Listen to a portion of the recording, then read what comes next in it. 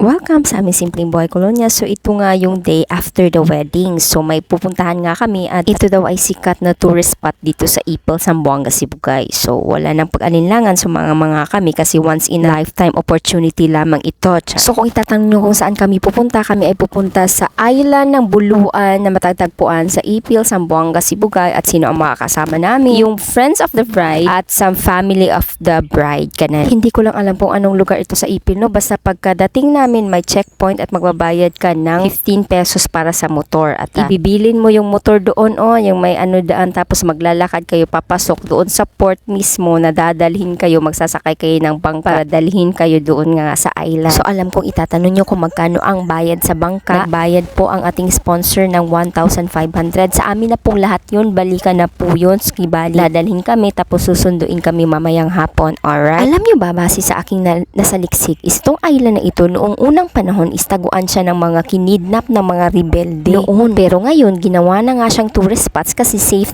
na nga siya. At alam nyo bang si Ivana is nagpunta dito? Oo, totoo. Nagpunta nga daw dito si Ivana para kumain ng talaba. Ganun. So mga ilang minuto nga ng paghihintay is andan siya na nga yung bangka at kami ay sasakay na para nga mapuntahan na namin yung island. At ayan na nga yung mga kasama namin. Alam nyo ba yung mga kasama namin is member ng Philippine team? O, diba? It's an opportunity. Char. Ang boat ride pala is nasa mga 15 to 20 minutes at darating ka na nga sa island. At ladies and gentlemen, sila pala ang aming makakasama. Tingnan nyo naman si Kayos, feeling close. Pag nasa port ka, hindi mo pa talaga makikita yung island kasi medyo natabunan siya ba. Pero pag nasa dulo ka na ng kalagitnaan ng inyong travel, makikita mo na siya at binivideo nga kasi napakaganda talaga. At talagang makikita mong virgin na virgin pa talaga siya kasi yung mga puno ay grabe, green pa talaga siya. Talagang masasabi kong virgin pa yung island kasi pagdating namin, hindi pa talaga siya masyadong na-harass. Tingnan mo naman yung mga puno, green na green, hindi pa nag-ilinyo dito. Yung mga puno sa amin nangamatay man. So habang nag-prepare nga sila ng lunch, ako naman ay nang marites doon. At napag-alaman ko nga na may detachment na nga daw dito ng army at meron na ding tropang coast guard natin kaya safe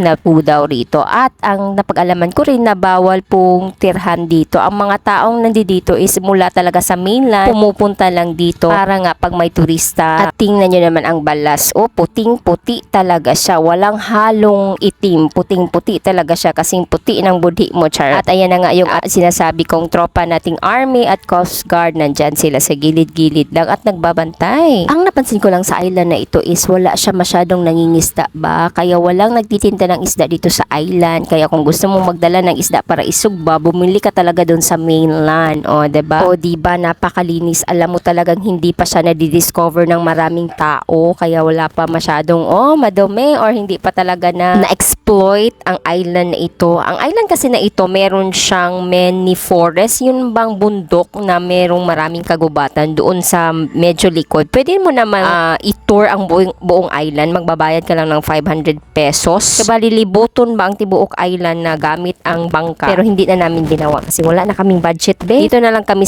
nag-ikot-ikot na lang kami dito. Ang mga payag pala na iyan, kung magre-rent ka na ay mga 500 pesos, 500 to 1,500, depende sa meron din pong tindahan dito na may nagbebenta ng mga chichirya, mga coke, pero ang ice nila dito 30 pesos, be, ganun kamahal. Kasi nga medyo malayo-layo ito. Meron din namang CR, magbabayad ka pag gagamit ka. At tingnan mo yung tubig, hindi talaga ako nakapagpigil sa aking sarili ba, kaya lumunod talaga ako sa tubig. Pero dahil nga grabe ang dagat kalimpyo, ladies and gentlemen.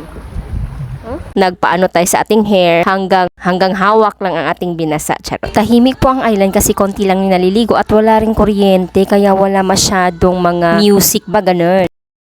Get set, go! Wow!